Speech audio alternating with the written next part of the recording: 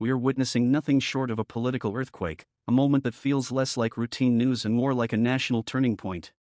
The country is divided, passions are high, and the decisions being made in Washington, in our cities, and across our states, are shaping the very foundation of America's future.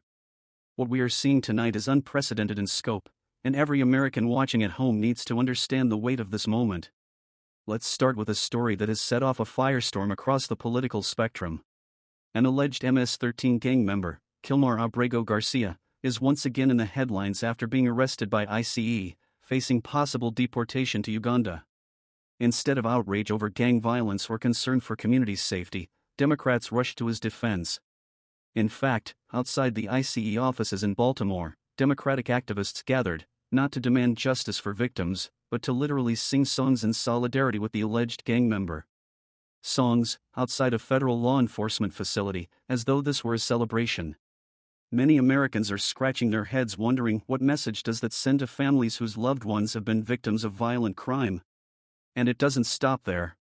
Nearly 3 million people have now signed a petition urging Florida Governor Ron DeSantis to show leniency toward an illegal immigrant truck driver accused of causing a horrific crash that killed 3 people. This driver entered the country through a sanctuary state loophole, obtained commercial driver's licenses in both California and Washington despite not being able to read or speak English, and was placed behind the wheel of a massive truck.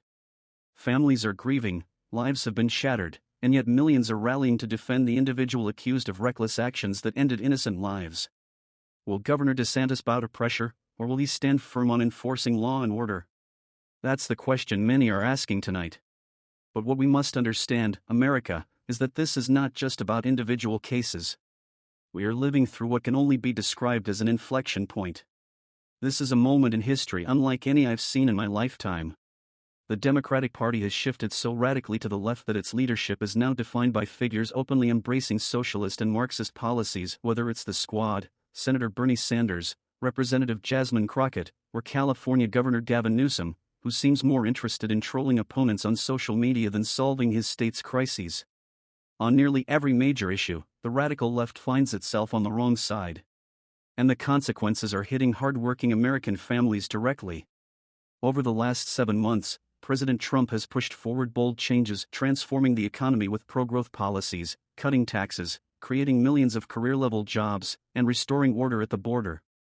He has cracked down on illegal immigration, removed violent criminals, and worked to make communities safer. He is taking action. But at every turn, Democrats have resisted, not with reasoned alternatives, but with chaos and ideological extremism. Think about it. Democrats champion a Green New Deal that seeks to overhaul the very way you live, dictating what cars you can drive, what appliances you can buy, even whether you can use a plastic straw. They fought against historic tax cuts for working families. They opposed lowering taxes on Social Security benefits for seniors. They fought efforts to build America's defense systems and protect women's sports. They even defended policies that allowed biological men into women's locker rooms and athletic competitions. These are not fringe positions anymore, this is the mainstream of the Democratic Party. On foreign policy, even as President Trump works to broker peace and strengthen alliances, his opponents dismiss every effort. At home, they push for cashless bail, a policy that has released dangerous criminals back onto the streets without accountability. Recognizing the disaster this created, President Trump signed an executive order to end cashless bail in Washington, D.C. He reminded reporters that criminals who commit violent acts have been walking free the same day, only to disappear or strike again. That era, he said, is over. And the results speak for themselves. Federal authorities have removed hundreds of illegal alien criminals, arrested gang leaders, recovered missing children, and dismantled dozens of homeless encampments that had overtaken parts of the capital. In fact, Washington, D.C. has now gone 12 consecutive days without a homicide, a record not seen since before the pandemic.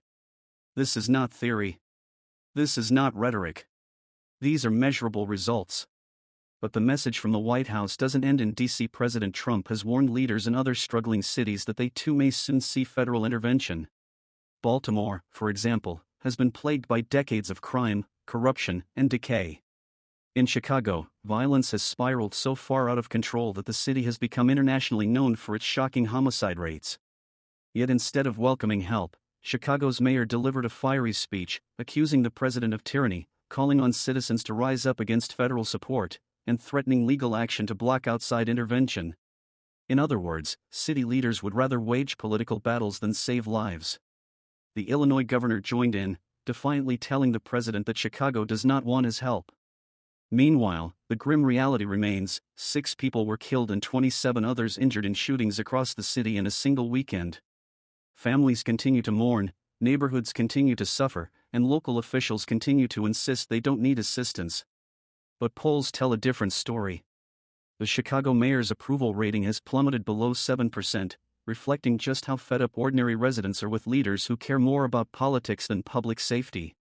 This is what happens when ideology trumps common sense. When leaders are more concerned about scoring points on social media than fixing the schools, balancing budgets, or restoring law and order. In California, Governor Newsom pours billions into programs for illegal immigrants while deficits soar, taxes climb, and families flee the state in record numbers. Entire communities devastated by wildfires remain neglected. Schools fall behind. And yet, the governor seems to believe his biggest job is sparring online with the president.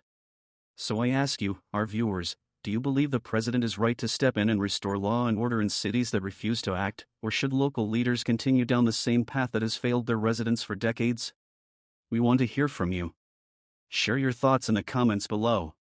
And before you go, remember, if you found tonight's analysis important, hit that like button, subscribe to Global Insight News, and press the bell icon so you never miss an update. We're here every night, bringing you the facts, the context, and the truth you need to stay informed in these historic times.